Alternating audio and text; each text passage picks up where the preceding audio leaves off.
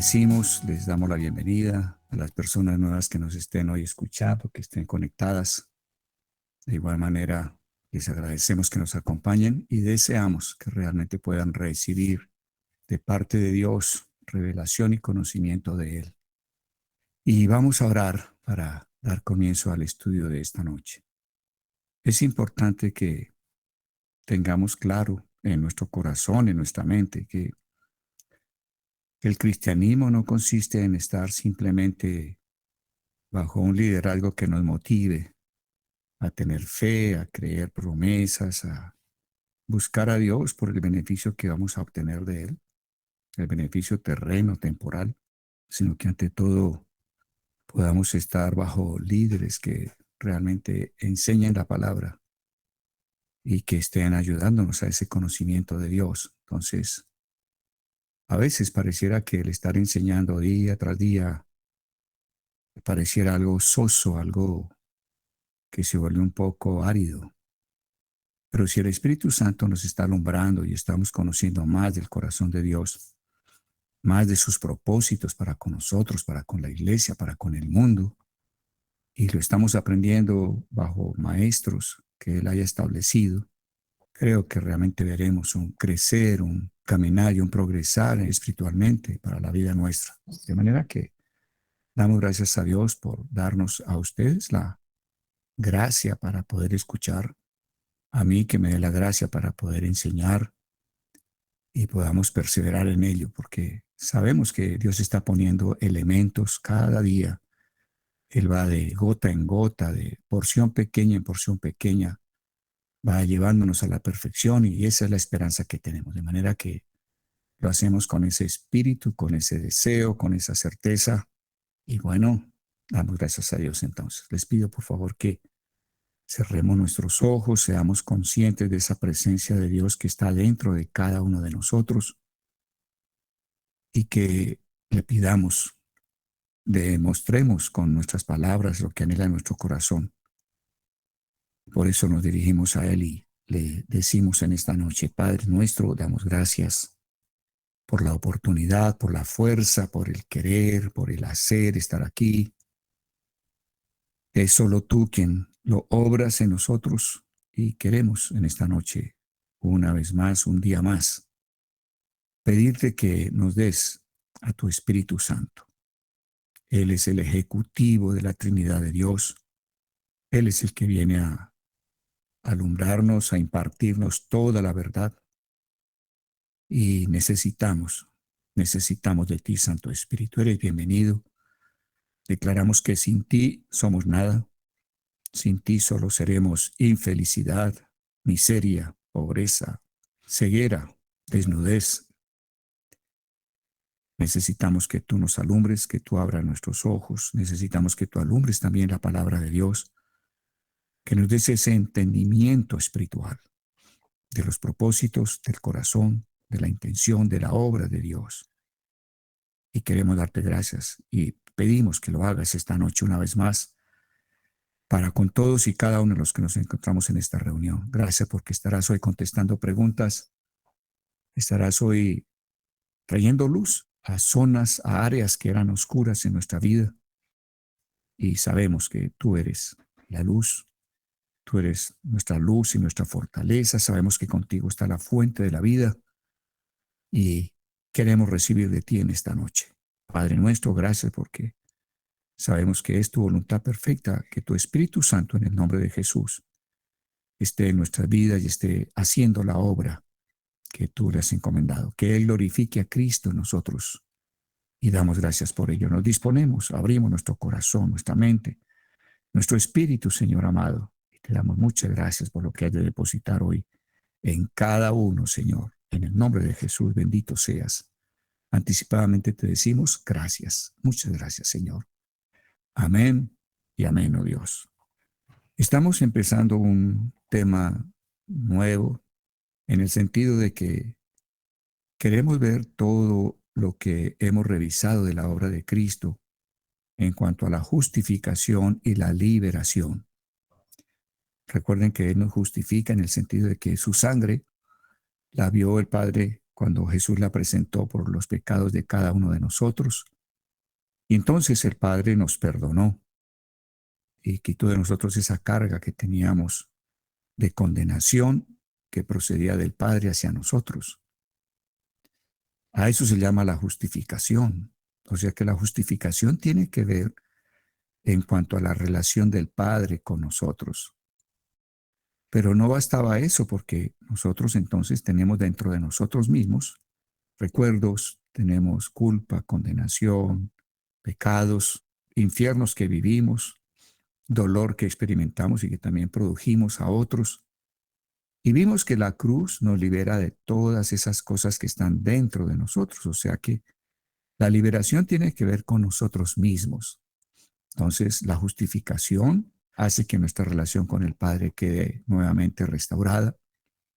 Pero luego la liberación que nos da la cruz, la muerte de Cristo, tiene que ver de nosotros con nosotros mismos.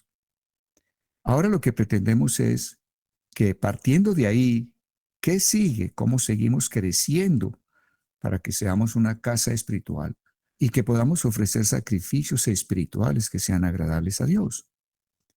Y entonces, para empezar ese siguiente tema en nuestras vidas, muy importante, vimos que había 3 edades espirituales que son, diríamos, similares a las edades en el mundo natural que tenemos en el mundo físico. O sea, Dios habla a los hijitos, o sea, a las personas muy nuevas en el Señor. Vimos allá en Primera de Juan que Él habla a los jóvenes espirituales y Él habla a los padres y a los ancianos.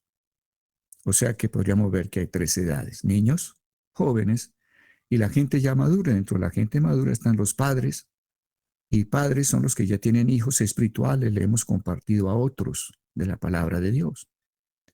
Y los ancianos llamaríamos, somos los abuelos, o sea, aquellos que tenemos la bendición de que personas a las que nosotros les compartimos del Señor Jesucristo, ellas a su vez ya le han compartido a otros, o sea, tenemos nietos espirituales. Y esas personas que son ancianos son los que están llamados a trabajar en el discipulado de las personas, que las personas puedan ser discípulos del Señor Jesucristo y puedan transmitir ese conocimiento que han obtenido a través de sus años de caminar con el Señor, puedan transmitir ese conocimiento a las generaciones que vienen detrás de ellos. Vimos también que además de esas edades tan hermosas, en que cada una está recibiendo ciertos elementos correspondientes a su edad, vimos que esas edades, nos muestra también la palabra, tienen un alimento espiritual específico. Vimos que los niños necesitan la leche espiritual. Y la leche espiritual tiene que ver con la gracia, o sea, la salvación. Tiene que ver con la justificación, con la liberación que da la cruz. Y dentro de esa leche espiritual, pues estamos contemplando entonces elementos que son los fundamentos básicos. O sea, la leche espiritual contiene los elementos primeros que requiere nuestra formación espiritual. Y vimos en Hebreos 6 que esos elementos realmente son seis elementos que son el arrepentimiento de obras muertas, la fe en Dios, la doctrina de bautismos, la imposición de manos, el juicio eterno y la resurrección de muertos.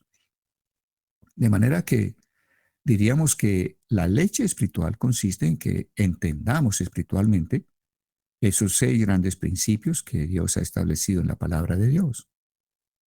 Vemos luego que los jóvenes deben empezar a ingerir alimento sólido. Y pues inicialmente habrá una mezcla de leche y de alimentos sólidos, o sea, aún toman algo de ese concepto de la gracia, del amor de Dios, de cómo Dios se expuso a sufrir a cambio de hacernos el bien, aun cuando estábamos alejados de Él, etc. Pero junto con ese, aún tomar algo de ese alimento, ellos tienen que empezar a tomar alimento sólido. Y vimos que así como la leche se llama palabra de gracia, el alimento sólido se llama palabra de justicia. Y en la medida que nosotros estemos conociendo más de ese corazón de Dios como un Dios justo, no solo un Dios de gracia, iremos creciendo en el conocimiento del Señor Jesucristo. De manera que vimos que los niños básicamente caminan en el mundo de la fe aceptan, reciben, son personas que no tienen hasta cierto punto una responsabilidad marcada hacia los demás, solo están recibiendo del amor de Dios, pero que luego los jóvenes tienen que entrar a trabajar básicamente en lo que es la virtud y en lo que es el conocimiento de Dios. Entonces, vemos que ahí hay ya elementos diferentes a los que recibían los niños. Los niños, entonces, su crecimiento está girando en torno a la fe. Los jóvenes, su crecimiento está girando en torno a la virtud y al conocimiento, mientras que los padres y ancianos, su crecimiento estará girando en torno a crecer, conocer y vivir los conceptos de lo que es el dominio propio, de lo que es la paciencia, de lo que es la piedad y de lo que es el amor fraternal. De tal manera que ese crecimiento que comienza con la fe, pasando por la virtud, por el conocimiento, por el dominio propio, la paciencia, la piedad, el afecto fraternal, es un camino que nos está llevando a una madurez total. Y esa madurez total está en que podamos vivir dando el amor de Dios. O sea, nuestra madurez se mide en qué tanto vivimos en ese amor ágape que Dios ha provisto para nosotros y que es la naturaleza de Dios mismo. De manera que ahí tenemos esbozado un plan muy claro con los aspectos que contempla cada edad y vamos entonces a estar tomando ese alimento. Vamos a revisar la leche. Algunos dirán, tengo elementos de ahí, pero algunos quizá no los tengo muy claros. Pues vamos a suplir lo que haga falta de la leche y pasaremos inmediatamente a suplir y a ingerir lo que es el alimento sólido. Entonces, ahí venimos. Ese es el esbozo para las personas que a lo mejor están hoy por primera vez en esta nueva serie y les animamos. Va a ser algo absolutamente interesante, algo que realmente nos va a bendecir y que va a darnos crecimiento. No podemos quedarnos solo en la fe, en creer que Dios es bueno, Dios me salvó, Dios me redimió, Dios me liberó, Dios me da grandes promesas y no más. No, no podemos quedarnos niños eternamente. Dios desea que crezcamos y podamos asumir responsabilidades. Vamos a mirar que Dios nos da un material, porque así podemos llamarlo. Él le pidió a Moisés que escribiera estas cosas. Vamos a leer el resumen que Pablo hace de esas cosas como una introducción a revisar esas 42 jornadas que el pueblo de Israel vivió desde que sale de Egipto hasta que entra a la tierra de Canaán. Esas 42 jornadas o estaciones donde pararon ellos, en cada parada aprendieron algo muy especial que Dios deseaba, porque Él a través de esas 42 jornadas los quiere llevar a madurez para que estén a punto de entrar a Canaán. Canaán es nuestra tierra prometida. Canaán es Cristo en una estatura completa de un varón perfecto, maduro. Y Canaán realmente es que podamos llegar a ser personas en quienes se manifiesta el amor ágape de Dios. El día que tengamos ese privilegio, pues habremos madurado y realmente habremos alcanzado y entrado a nuestra Canaán. A veces nosotros hemos pensado que Dios con el pueblo de Israel arrancaron de Egipto, ellos tuvieron problemas, se portaron mal, digamos de alguna manera, quedaron tendidos en el desierto y que al final, pues aquellos que realmente no habían visto todas las maravillas que Dios hizo en Egipto para sacarlos de allá, son los que entran a poseer Canaán. Pero verlo así es una manera muy simplista y a la vez de ignorancia, porque Dios a través del desierto formó a esa gente que entró a Canaán. Y Dios le ordena a Moisés que escriba esas cosas para que sean ejemplo y para que sean amonestación para las personas que viviríamos en los últimos siglos. O sea, Dios le ordenó a Moisés que escribiera esas cosas y debemos estudiarlas para poder recibir en cierta forma la palabra de justicia que nos hará que seamos padres, seamos ancianos y que pasemos de la juventud a la madurez. Bien importante. Entonces, si lo miramos bajo esa perspectiva, créanme que se vuelve emocionante. Y entonces hoy vamos a empezar a tocar esos elementos mirando el resumen que hace Pablo, y Pablo nos muestra de qué se trata entonces lo que él muestra en un resumen y que luego vamos a entrar a mirarlo detalladamente jornada por jornada de esas 42 jornadas. Primera de Corintios 10 Es un capítulo que nos muestra, a través de las jornadas del pueblo de Israel en el desierto, que lo que les pasó a ellos y lo que hizo la providencia de Dios es para nuestra advertencia. O sea, el Señor de esa época acá estaba preparando lo que nosotros necesitaríamos como palabra de justicia para que fuéramos gente madura. Es increíble eso. Y es así como tenemos que verlo, porque así lo muestra la Escritura. Así como habían gozado ellos, los israelitas, de grandes privilegios, eran el pueblo de Dios, tuvieron privilegios en la forma que los sacó, lo que les dieron cuando iban a salir, los milagros y maravillas que Dios hizo por ellos en el desierto, etcétera.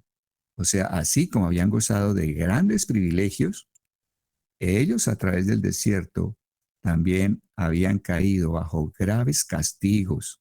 O sea, Dios quiere mostrarse como un Dios santo y es lo que creo que muchos de nosotros necesitamos, y el Espíritu Santo en su infinita misericordia y amor quiere formar en nosotros un temor reverente de Dios y que Dios realmente es gracia, pero también de otra parte Él es justo y hay un balance entre ese amor y esa justicia que Él ejerce sobre su pueblo, sobre sus hijos.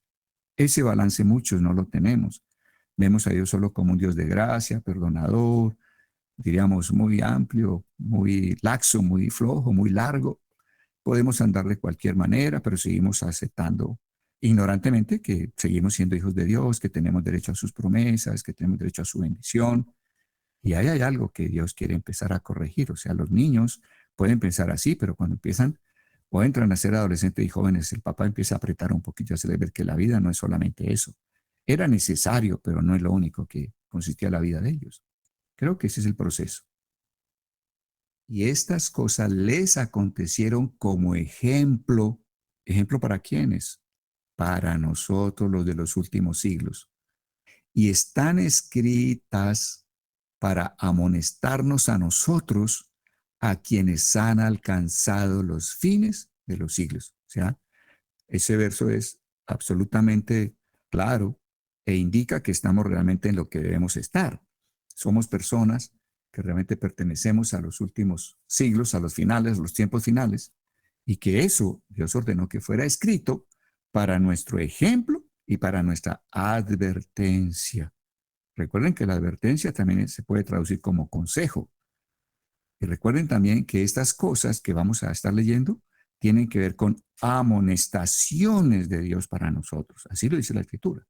Y vamos a ver qué significa amonestar, porque estamos entrando en este curso, estamos entrando en el salón de clase hoy con el Señor, en donde Él va a mostrarnos estos aspectos muy claros.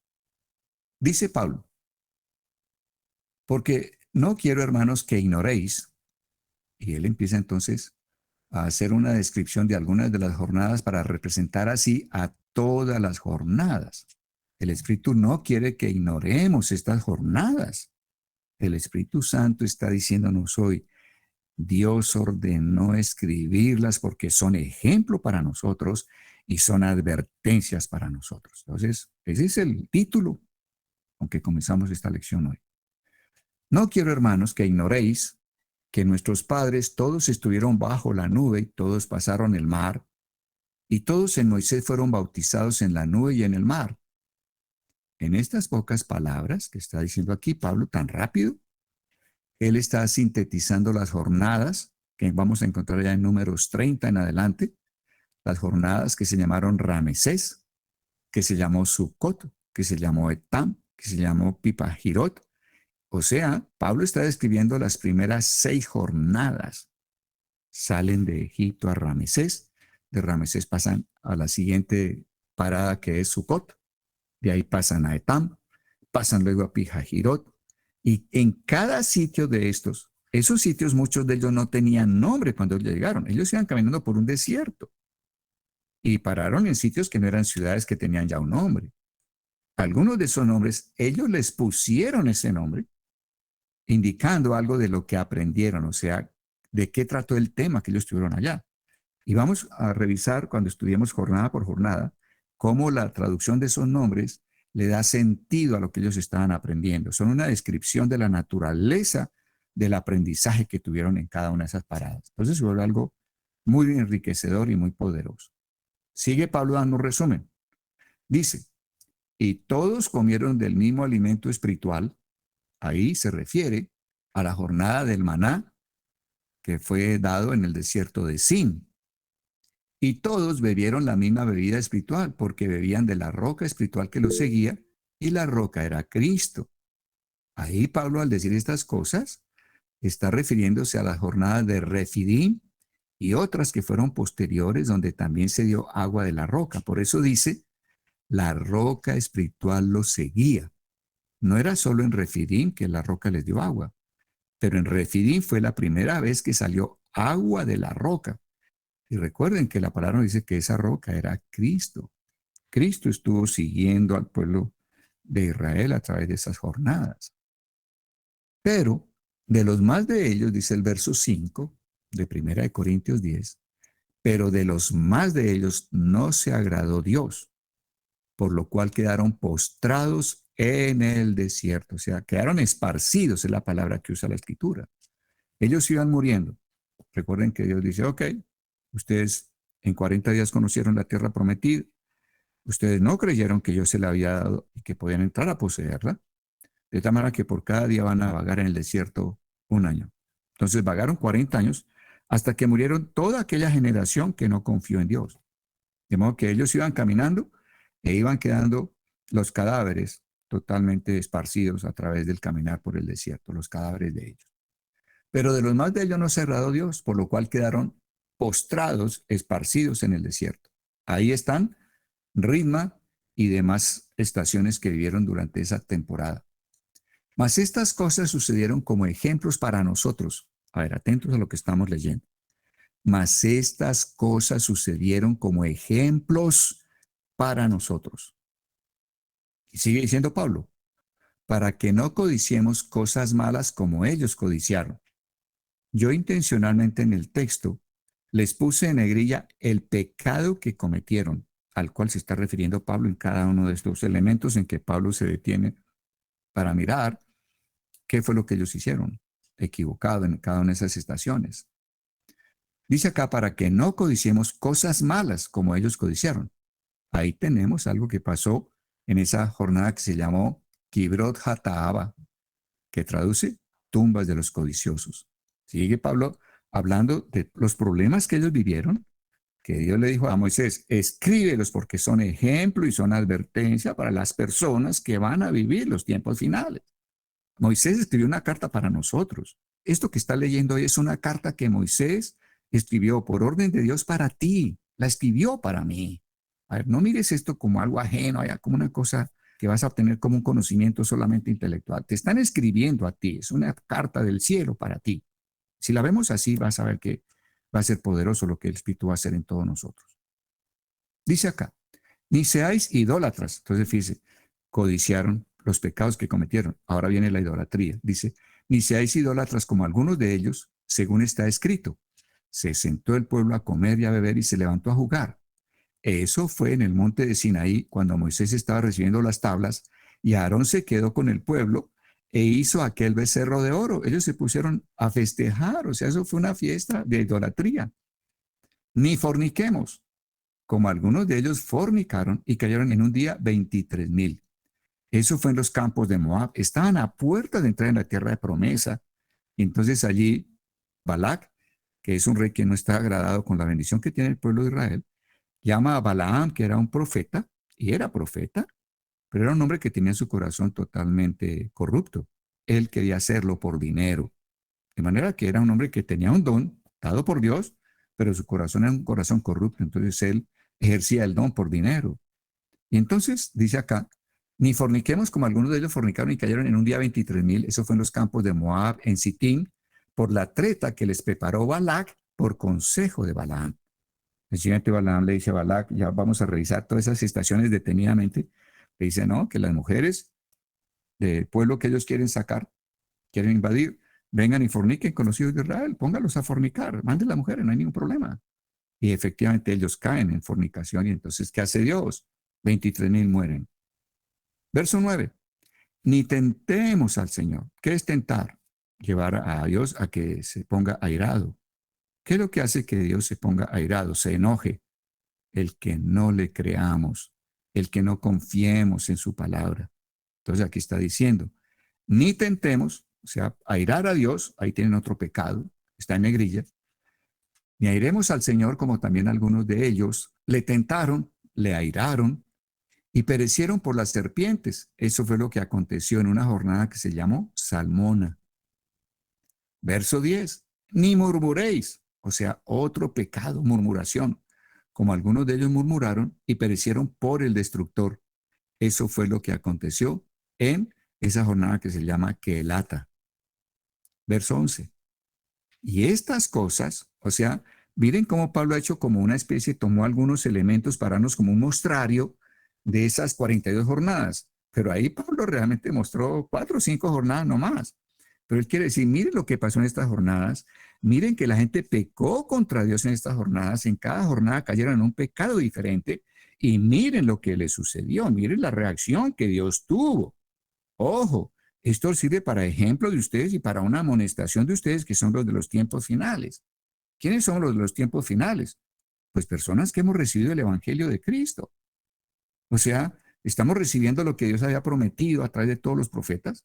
Somos como la clase privilegiada en el mundo espiritual de Dios. Y Dios está diciendo a ellos que van a recibir el privilegio del Evangelio, esto será ejemplo y será una advertencia. O sea, Dios está diciendo, ellos no se pueden quedar niños haciendo cualquier cosa, caminando de cualquier manera, solo creyendo que yo les amo, porque quiero mostrarles cómo cuando las personas no caminan, viéndome a mí como un Dios santo, yo también aplico la palabra de justicia sobre ellos. Es muy interesante. Las jornadas que vamos a revisar después una por una, pero podemos ver en este mostrario que Pablo relata en 1 Corintios 10. Vemos que las jornadas tienen 3 objetivos. O son para dar aliento, porque hay unas jornadas en que Dios muestra unas cosas tan maravillosas. Hay una jornada, por ejemplo, en que muestra lo que es la vaca roja y cómo a través de la vaca roja Dios puede dar a cada individuo el perdón de los pecados que pueda cometer de aquí en adelante. Es algo maravilloso de la obra de Cristo que no la vimos con frecuencia.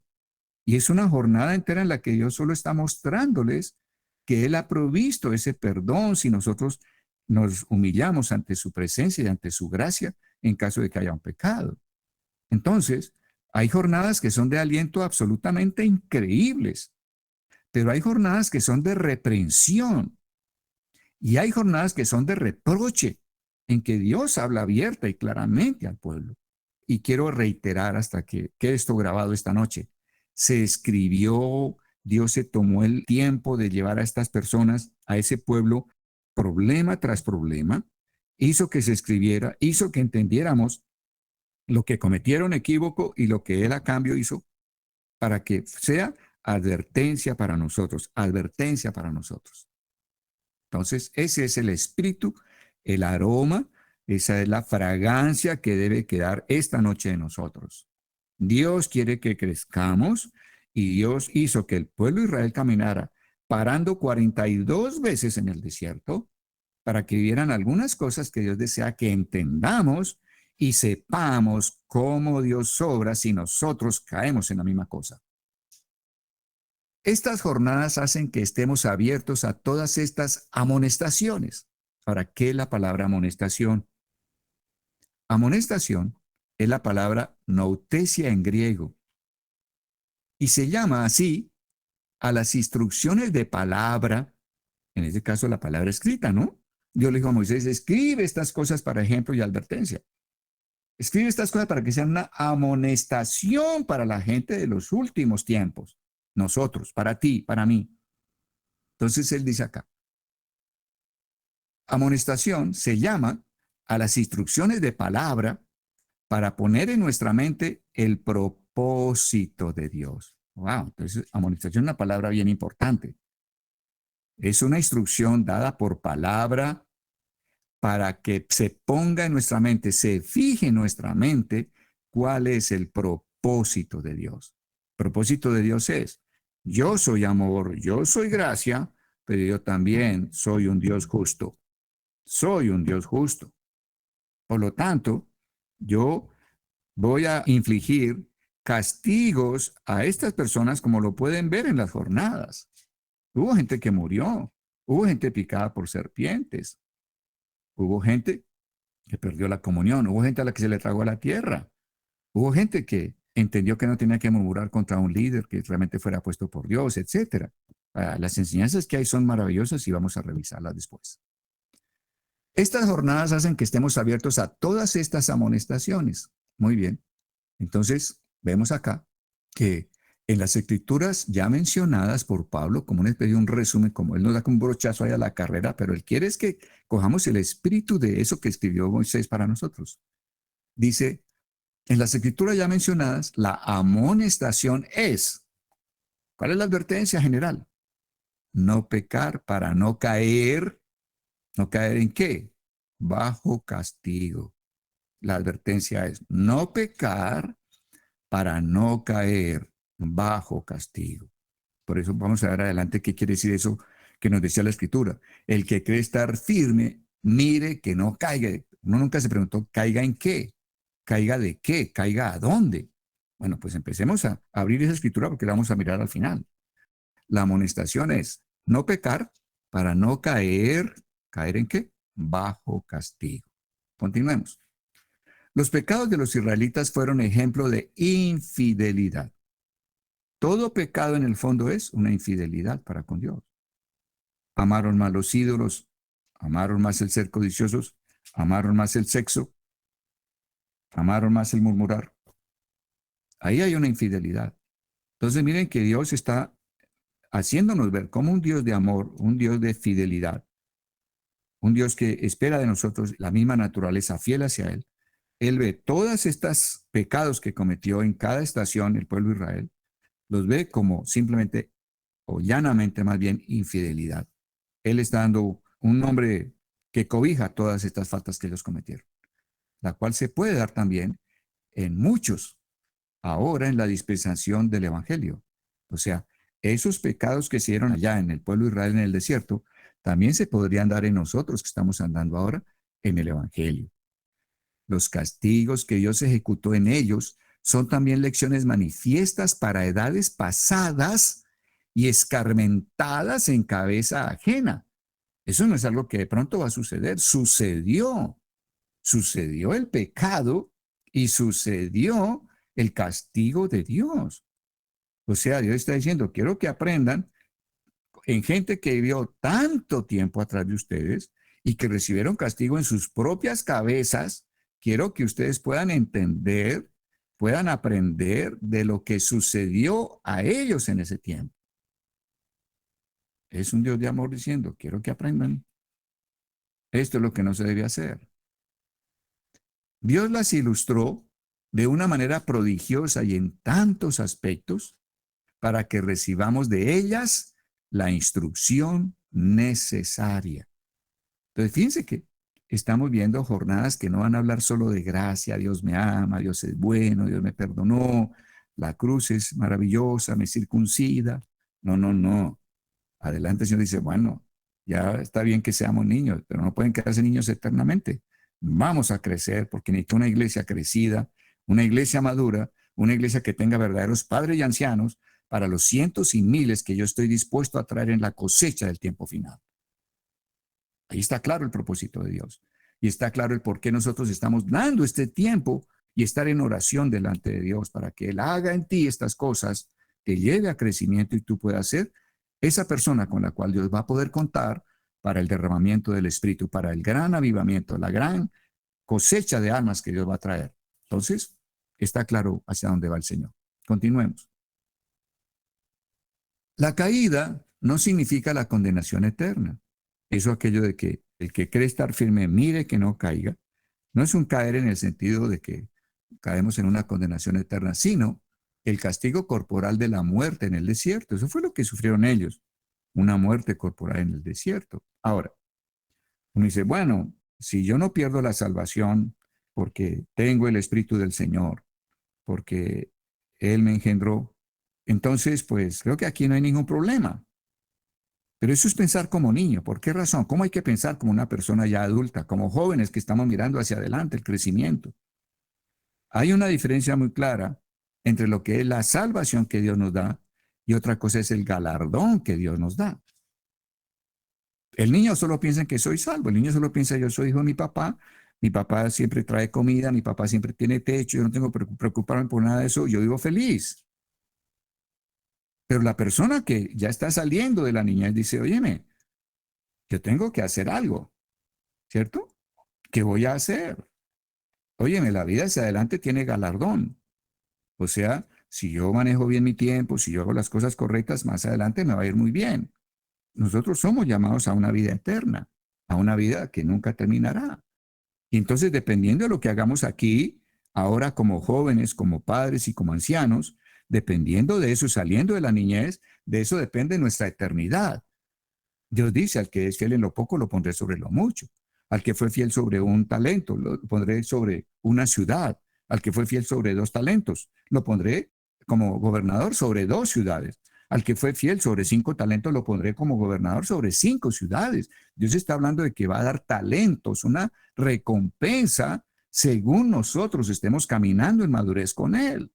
Nosotros estamos pensando, bueno, como no pierdo salvación, no hay problema. Eso es pensar como niño.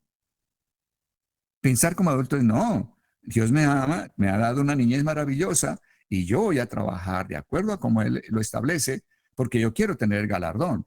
Y a la vez que es un galardón, es el que yo puedo colaborar ya en el reino de Dios. El niño solo piensa en salvación.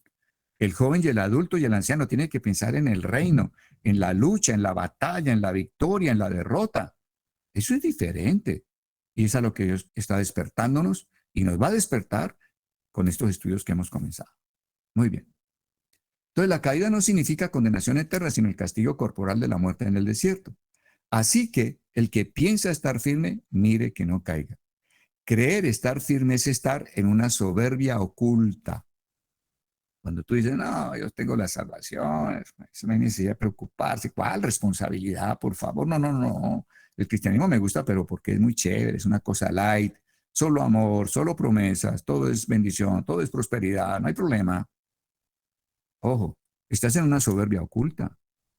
Y esta soberbia oculta conduce a la lujuria manifiesta. Tarde o temprano vas a cometer pecados como los cometió la gente que iba por el desierto. En el desierto ellos podrían haber dicho, no, pues aquí hay maná gratis, agua gratis, los zapatos no se acaban, la ropa no se dañó. Óyeme, esto está chévere. Tenemos aire acondicionado porque de día hay una nube que nos libera del calor, en la noche hay una nube de fuego que nos da temperatura alta agradable. Óyeme, esto está bueno. ¿Para qué afanarnos? No hay problema. O sea, ellos tenían ya una soberbia en su corazón oculta. ¿Y qué pasó? Esa soberbia tarde o temprano hace que empiecen a cometer pecados. De eso es lo que está hablando el Señor. Dice entonces, creer estar firme es estar en soberbia oculta. Y esta, la soberbia oculta, conduce a la lujuria manifiesta. Estas caídas en un cristiano genuino lo conducen a la pérdida o enfriamiento de su comunión con Dios, aunque no lo lleve a la condenación eterna. ¿Y qué es que Dios ya no tenga comunión conmigo? ¿Qué es que Dios no me hable, no me guíe? ¿Qué es que el Espíritu Santo no me esté haciendo conocer cuál es su voluntad y que el Espíritu pueda vivir su vida, que es la vida de Jesucristo a través de mí? ¿Qué es? Muerte. Es una muerte espiritual. ¿No fue eso lo que vivió el pueblo en el desierto, una muerte física? Pues tú estás viviendo una muerte, o puedes vivir una muerte aún más crítica, más terrible que la misma muerte física, que es la muerte espiritual, porque tú ya sabes lo que es que Dios te hable. Está hablando a gente que ha tenido una cierta comunión con Dios. Luego añade unas palabras de consuelo. El apóstol Pablo dice, en el verso 13 de 1 Corintios dice, no os ha sobrevenido ninguna tentación que no sea humana. ¿Qué quiere decir? Pues no son tentaciones sobrehumanas, son tentaciones que diríamos, son de todo ser humano. Ahí estamos. No es que Dios está trayendo algo por encima de, ¿no? Algo que corresponde a lo humano. No es algo extraterrestre, es algo que sucede aquí en la tierra. Aquí en la tierra suceden fornicaciones, sucede codicia, sucede murmuración, sucede idolatría. El apóstol Pablo está diciendo primero, no piensen que le está llegando algo extraterrestre muy grande y muy difícil para usted. No, son cosas humanas. A ver, aterrice, eso está dentro de usted. te atañe, tienes que ver con eso, tiene que ver contigo. Eso es lo que Él quiere, como que nos aterricemos. Esto puede ser para mí. Dice acá, no os ha sobrevenido ninguna tentación que no sea humana, pero fiel es Dios. O sea, Dios es confiable. Recuerden, fidelidad significa que Él es confiable. Pero Dios es confiable, que no nos dejará ser tentados más de lo que podemos resistir. Dios está cuidando eso. Dice, a Dios no le agrada la desesperación. Eso es hermoso, ¿no? En medio de todo lo que hemos visto, a Dios no le agrada la desesperación. Él no quiere un pueblo que ande desesperado. Dios dice claramente que Él sufre cuando nos tiene que afligir, cuando nos tiene que disciplinar. Entonces, a Dios no le gusta la desesperación. Y debido a que no le gusta la desesperación, Él hace que las pruebas sean proporcionales a nuestras fuerzas o que nos proporcione las fuerzas adecuadas para nuestras pruebas. Pero al final están expuestos a estas cosas y si las viven, no es para que estén desesperados. Yo les daré una salida, porque ustedes están aprendiendo, porque están madurando, porque los quiero llevar a esa madurez. Pero les estoy advirtiendo, ustedes podrían evitarse esas cosas. Eso es lo que dice un papá, ¿no? Yo te advierto porque no quiero que vivas tal situación. Es un padre amoroso. Algunos decimos, oiga, yo no tuve un papá. Dios es padre por excelencia. Nosotros un papá que dijo, siéntese, mío, te voy a decir, mira, nunca te vas a meter con una mujer que sea esposa de otro marido. Porque vas a vivir esto. Eso lo hubiéramos deseado mucho de nosotros, ¿no? Nunca seas perezoso en el trabajo, porque tú eres perezoso en el trabajo, vas a tener como consecuencias esto. Nunca murmures contra nadie, porque vas a encontrar todas estas consecuencias y todos estos frutos terribles de haber murmurado contra alguien. Nunca te rebeles contra la autoridad, porque la autoridad fue establecida por Dios. Y si esa persona que tiene autoridad sobre ti, a la cual tú te rebelas, busca a Dios, Dios mismo se va a enfrentar contigo. No lo hagas. Uno desearía a un papá que se hubiera sentado con uno y le dicho, venga, mijo, en la vida tenés situaciones como esta, ¿no? Y nos hubiera planteado siquiera 42 situaciones diferentes. Estoy viendo su corazón de padre. Yo personalmente fui huérfano desde los 2 años de edad y nunca tuve un hombre que hiciera lo que Dios está haciendo conmigo en estos tiempos a medida que estudio y reflexiono en lo que estoy retransmitiendo a cada uno de ustedes, ¿de acuerdo? Las tentaciones que nos sobrevienen no son sobrehumanas, son las que sobrevienen a los seres humanos en general. Pero Dios es fiel y no nos abandonará siempre y cuando no confiemos en nuestras propias fuerzas y nos acojamos a su gracia y poder. Dios es fiel y no nos abandonará siempre y cuando no confiemos en nuestras propias fuerzas y nos acojamos a su gracia y poder. Él nos dará una salida. La palabra que usa Pablo no es éxodos, que también traduce salida en el hebreo. Él usa la palabra ekbasis. Y esa palabra ekbasis es la palabra de un ejército atrapado entre lugares montañosos y escapa de una situación imposible a través de un pasadizo. Entonces Dios está diciendo, las tentaciones que ustedes pueden tener no son sobrehumanas, corresponden a los seres humanos, te pueden suceder a ti. Si tú crees estar muy confiado, es probable que caigas en una de estas cosas. Y si tú caes en pecado, caerás en el castigo. Y te voy a mostrar cómo castigué a esta gente. Porque tienes que crecer, porque quiero hombres y mujeres responsables. ¿No suena eso bien? A mí me da paz eso. A un cristianismo light de solo prosperidad, donde andamos de cualquier manera. En la iglesia adulteramos, mentimos, murmuramos, rechazamos la autoridad, no honramos a los padres, mentimos, robamos, asesinamos en el corazón nuestro, adulteramos en la mente con cualquier mujer que veamos, con cualquier hombre que veamos. Y seguimos campantes, aquí no pasa nada. Eso me parece a mí terrible. Y creo que Dios está empezando a hablarnos de estas cosas porque Él va a limpiar su iglesia. Está limpiándonos. ¿De qué? De toda esa responsabilidad, de todo ese espíritu light que ha habido en nosotros, de no ver a un Dios santo que espera de nosotros un comportamiento que sea a lo divino, que tú te comportes en todo sitio a lo divino, que tú en toda parte sepas que eres un representante de Dios. En las jornadas que vamos a ver, por ejemplo, Moisés representó mal a Dios ante el pueblo. No solo Dios nos muestra una jornada en que el pueblo se rebeló contra Moisés. Dios mostró que contra Moisés se levantaron a Aarón y María, sus hermanos. Dios mostró en esa jornada que ellos, como eran hermanos de Moisés, perdieron de vista que ese hombre representaba a Dios. Y me imagino que en la intimidad con familia le dijeron, oiga, hermano Moisés, usted sí está en nada, compadre. ¿Cómo es que usted va y se casa con una mujer de color? No, por favor, oye, hermano, ahí sí lo vi mal, pues. No, usted está en la olla. Fíjese, se olvidaron que el hombre era un representante de Dios. A ese hombre no se le podía hablar así. Es mi hermano, pero no puedo hablarle así. Oye, ese hombre tiene la autoridad de Dios. Oye, a ese hombre Dios lo ha tratado, lo trató 40 años en Egipto, lo trata 40 años en el desierto. Este hombre lleva un trato con Dios de 80 años. Dios le da autoridad y nos la mostró delante de Faraón. Saca a este pueblo a este desierto. Vemos que Dios habla cara a cara con él. Y entonces a ese hombre lo voy a tratar de cualquier manera y a criticarle porque se casó con una mujer de color. ¿Qué hace Dios? Lepra. ¿Sí lo pueden ver ahora? Eso en cuanto a la gente que se levantó en contra de Moisés. Eso es lo que Dios enseña en una de las jornadas.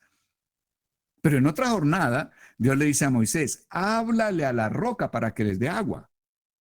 Y Moisés está enojado con el pueblo. Se irritó, lo que nunca había hecho. Y en lugar de hablarle a la roca, vuelve y golpea a la roca. Ya la había golpeado en otra estación anterior. Dios le había dicho, háblale a la roca. Él fue y la golpeó. Y Dios le dice, por cuanto me desobedeciste, no entrarás a la tierra que prometí. Óyeme, Moisés era Moisés y él también pecó. Y el pecado de él tuvo una justicia de Dios sobre él. Por eso estamos hablando de que Dios quiere que crezcamos con una palabra de justicia. Ya basta la palabra de leche, la palabra de gracia, de amor, de perdón, y sigo como si nada. No, no, a ver, hay que empezar a caminar como mayorcitos. Ánimo, ánimo, todos estamos en este caminar. Dios va a dar una salida. Él es fiel. Cuando tú estás en tentación allá en tu interior, cuando estás pensando en algo que sea equívoco, tienes que aprender a buscar a Dios, su poder y su gracia. Por eso estamos hablando de la importancia de que tú sepas cuál es el nivel mayor de oración, cuál es la oración más poderosa que puede haber, y es el que tú estés en silencio delante de Dios, que tú te presentes a Dios como un holocausto, que el fuego de Dios queme todo aquello que nace de ti que no procede de Dios, que tú estás siendo santificado cada día en Dios. Ahora, ese holocausto, la primera ofrenda que Dios muestra en el libro de Levíticos, es lo que se llamaba la ofrenda quemada. Y esa ofrenda quemada se ofrecía mañana y tarde. O sea que nosotros debemos aprender de Cristo, que nos presentamos ante Dios en la mañana y nos presentamos en la noche. Tú en la mañana para comenzar el día te presentas 5, 10, 15 minutos y tienes un media hora maravilloso. Y le dice, Señor, ven aquí en silencio, aquí no vine a pedir nada para mí, ni no, solo quiero que tú me examines, quiero estar delante de tu mirada y quiero que el fuego de tu presencia queme en mí este pensamiento recurrente que he tenido allá con tal mujer, este pensamiento recurrente que he tenido allá con tal caballero, estas palabras que he oído de tal fulano. Señor, esta tentación de abrir otra vez a la pornografía en mi teléfono, Señor, esta tentación de estar murmurando de fulano, del dueño de la empresa o del jefe mío, estar murmurando de mi familiar, no sé. Señor, esta cosa, esto no procede de ti, esto no te da gloria, esto no es caminar a lo divino. Quema, que el fuego de tu presencia queme en mí estos pensamientos, estos sentimientos, queme estos deseos, Señor amado. Dios, santifícame, soy holocausto en la mañana, aquí estoy en silencio y callo y espero que tú hagas lo que anhelo, Señor, que hagas. Seguro que la presencia de Dios va a ser en ti y arrancas el día correctamente, pero durante el día, ¿qué pasa? Pues volviste a ver la mujercita aquella, volviste a oír al hombre aquel, viste a cualquier cosa equívoca del jefe y está otra vez en lo mismo. Pues entonces hay que volver a ser limpiado. Entonces en la noche antes de acostarse, dele 10 o 15 minutos al Señor y dígale, Señor, que el fuego de tu presencia me limpie, Señor. Quiero ir a dormir totalmente limpio. O sea, estamos aprendiendo a qué? A buscar, a acogernos a la gracia y el poder de Dios. Poderoso, sencillo, profundo, pero ahí donde Dios quiere que estemos. Amén. Entonces, creo que estamos empezando a entender cuál es el espíritu de lo que Dios quiere al empezar a caminar en estas jornadas. Y vemos que realmente están cambiando las cosas, ¿no? Sí. Como cuando uno pasaba de primaria a bachillerato, decía, oh, aquí es diferente, ¿no? Y cuando pasamos de bachillerato a la universidad, pues también había cambios muy dramáticos, ¿no? Entonces, sé que Dios está obrando algo maravilloso en nuestros corazones, y que de ninguna manera Él quiere que nos quedemos niños. Entonces, nos disponemos a Él y deseo que oremos y le pidamos que obre Él y que estamos totalmente dispuestos a que Él obre lo que se ha propuesto en nosotros. Él es Dios, le pertenecemos. Oremos. Padre bueno, queremos darte muchas gracias. Solo tú conoces los sentimientos que provoca esta palabra de justicia en cada uno de nosotros, pero ciertamente nos da la salida, Señor. Hay un camino por en medio de todas las cosas que nos pueden abrumar, que nos presionan a pecar, a hacer lo que no es agradable delante de ti. Y ese camino de salida no es más que el camino que tu sangre nos dio, Dios. Un camino nuevo y vivo con el cual podemos allegarnos a tu presencia y estar en silencio delante de ti para que el fuego de tu presencia queme en nosotros todo lo que hay adentro que podría llevarnos a pecar, oh Dios. Tú estás enseñando todas estas cosas para que no caigamos en castigo, porque ciertamente eres un Dios justo. A hombres aún como Moisés, su pecado tuvo una consecuencia. A hombres como David, su pecado de adulterio y de homicidio tuvo consecuencias terribles. Él vio correr su sangre, la sangre de sus hijos en su casa, se mataron medios hermanos unos a otros. Vio cosas bien difíciles porque había pecado, Señor. Y tú quieres que todas estas cosas y las que vamos a revisar en estas 42 jornadas sean ejemplo y sean una amonestación. Que podamos entender y poner en nuestra mente claramente cuáles son tus propósitos, oh Dios. Te damos gracias, Señor. Te damos gracias porque nos estás sometiendo a una etapa nueva, maravillosa, clara, que sea tan diáfana que realmente en nuestras mentes quede grabado el propósito tuyo, Señor amado. Sabemos que esta palabra de amonestación a veces será de gran esperanza, de gran aliento. Habrá otras que serán de reprensión, sí, Señor. Y habrá otras que serán de una corrección absoluta. Pero estamos dispuestos a ti, Señor amado. Creemos en esa mano maravillosa con la cual tú nos guías. Creemos que eres ese buen pastor que nos llevarás hasta el Canaán. Nos llevarás a madurar al punto que realmente Dios, que es amor, ese amor ágape que sufre por hacer el bien a los demás, sea la expresión que vean en nosotros, oh Dios. Y que teniendo esa expresión, la gente pueda reconocernos como padres espirituales, como ancianos, que realmente podemos enseñarles y a conocer y a caminar contigo, Señor. Damos gracias por tenernos en cuenta, Dios. Damos gracias por no dejarnos abandonados. Sabemos que cuando tú nos hablas, oh Dios, entonces podemos saber que tu mano está para con nosotros, oh Dios. Pero si tú guardas silencio, Señor, en cualquier momento te desentiendes de nosotros y vendríamos a ser como los que mueren en el desierto. Pero el hecho de que tú nos estés hablando a través de todas estas 42 jornadas significa que tú estás muy pendiente de nosotros. No te has desentendido de nosotros, bendito Señor. Damos gracias por ello y te bendecimos en esta noche, Señor. Gracias. Queda nuestro espíritu abierto, quedamos con una expectativa maravillosa y queremos empezar este viaje, Señor, con el pueblo de Israel, oh Dios. Gracias por haberte ocupado desde hace tantos siglos atrás, a través de Moisés, para enviarnos estas cartas de ejemplo y de amonestación. Bendito seas. Qué Dios tan grande, qué Dios tan poderoso y maravilloso el que tenemos. Has ilustrado de una manera tan maravillosa, tan completa, estas 42 jornadas, que realmente seremos crecidos una vez que terminemos de revisarlas y de entenderlas. Gracias por ello, Padre, en el nombre de Jesús. Gracias, Señor. Gracias porque aún en la noche nos aconsejas y aún en la noche nuestra conciencia nos enseña, Señor amado. Bendito seas. Gracias, Señor. Aceptamos salir de niños para ser jóvenes y rápidamente volvernos en padres y en ancianos, volvernos adultos realmente en el Espíritu. Te damos gracias por ello, bendito Dios. En el nombre de Cristo Jesús, de anticipo, te damos gracias, gracias, gracias porque lo harás. Lo que tú te has propuesto con nosotros lo haces. Y eso es lo que te hace feliz. Ese es tu gozo, Señor. Que tu sabiduría y tu poder y la fuerza de tu voluntad para realizar tus proyectos, para realizar el bien sobre tu creación, Eso es lo que te da gozo y felicidad. Y has querido compartir ese gozo y esa felicidad con nosotros. Bendito seas, Señor amado. Declaramos hoy que lo que te has propuesto con cada uno de nosotros, lo realizarás, lo harás porque eres Dios. Gracias, Señor. Nos rendimos a esa enseñanza, nos rendimos a ese obrar de tu Espíritu Santo, nos rendimos a esta limpieza, nos rendimos al crecer y te damos gracias en el nombre de Jesús. Bendito sea, Señor. Amén. Y amén, oh Dios. Viene a mi corazón compartirles algo para despedirnos.